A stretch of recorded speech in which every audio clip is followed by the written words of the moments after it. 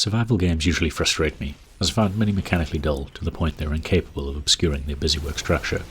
In contrast, when it comes to the Riftbreaker, I'm always happy to sink another dozen hours into its satisfying hybrid gameplay loop. The new Into the Dark DLC is my latest excuse to return, and it provides more of that one more mission, building or upgrade loop, albeit with a few new challenges and some familiar technical issues. If you've played through the base game or the more recent Metal Terror DLC, the basic structure of this expansion won't come as much of a surprise. A massive earthquake followed by a powerful neutrino emission rocks your primary HQ region, which sets Ashley and Mr. Riggs on another multi-stage adventure to discover the source of a not-so-new threat to Galatea 37. They'll discover anomalous growths guarded by crystal-infused wildlife and lumbering bipeds capable of summoning new forces. They'll explore a surface region to triangulate the position of a massive underground creature. They'll research new technology to breach, explore, and survive massive crystalline cavern systems below the surface.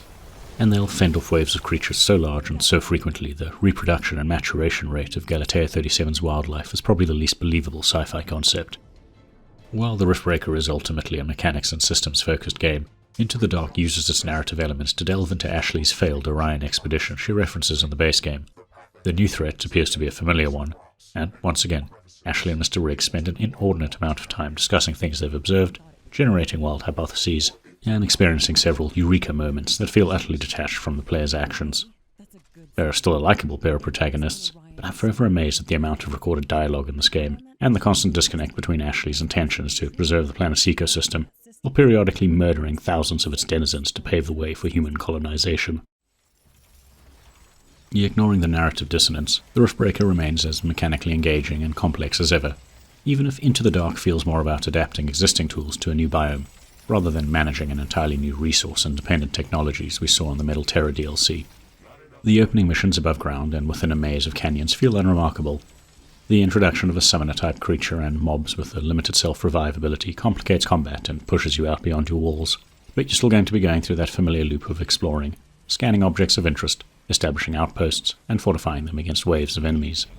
Things get interesting about a third of the way through the new campaign when you finally construct a drilling craft and descend into the unexpectedly vibrant and colourful caverns below.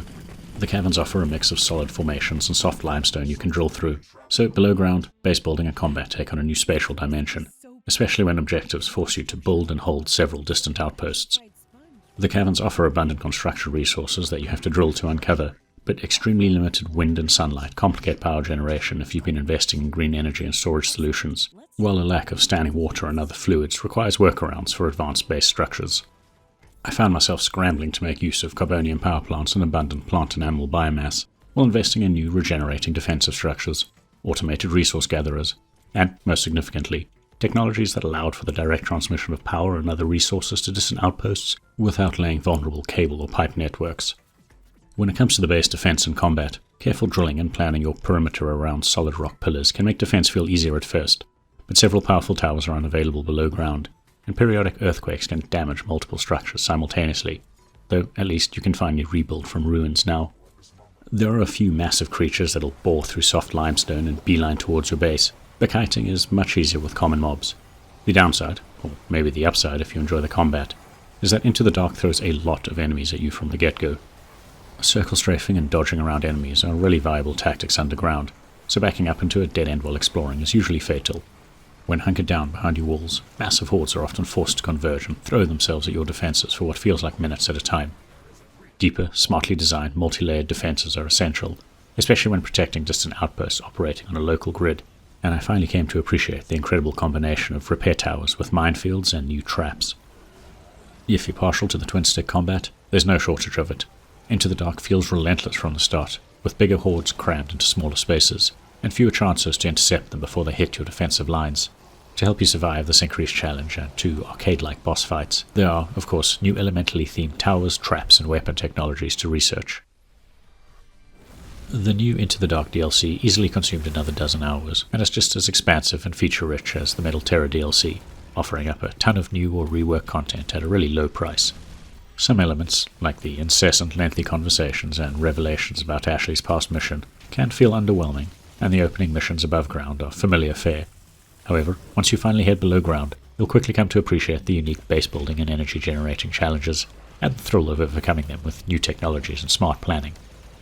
Now, I just wish that playing the Xbox Series version didn't require deleting all my prior save data and restarting the main campaign to avoid constant crashes every time new DLC arrived. If you've got this far, please consider giving the video a like and maybe subscribing to our channel as it helps us grow.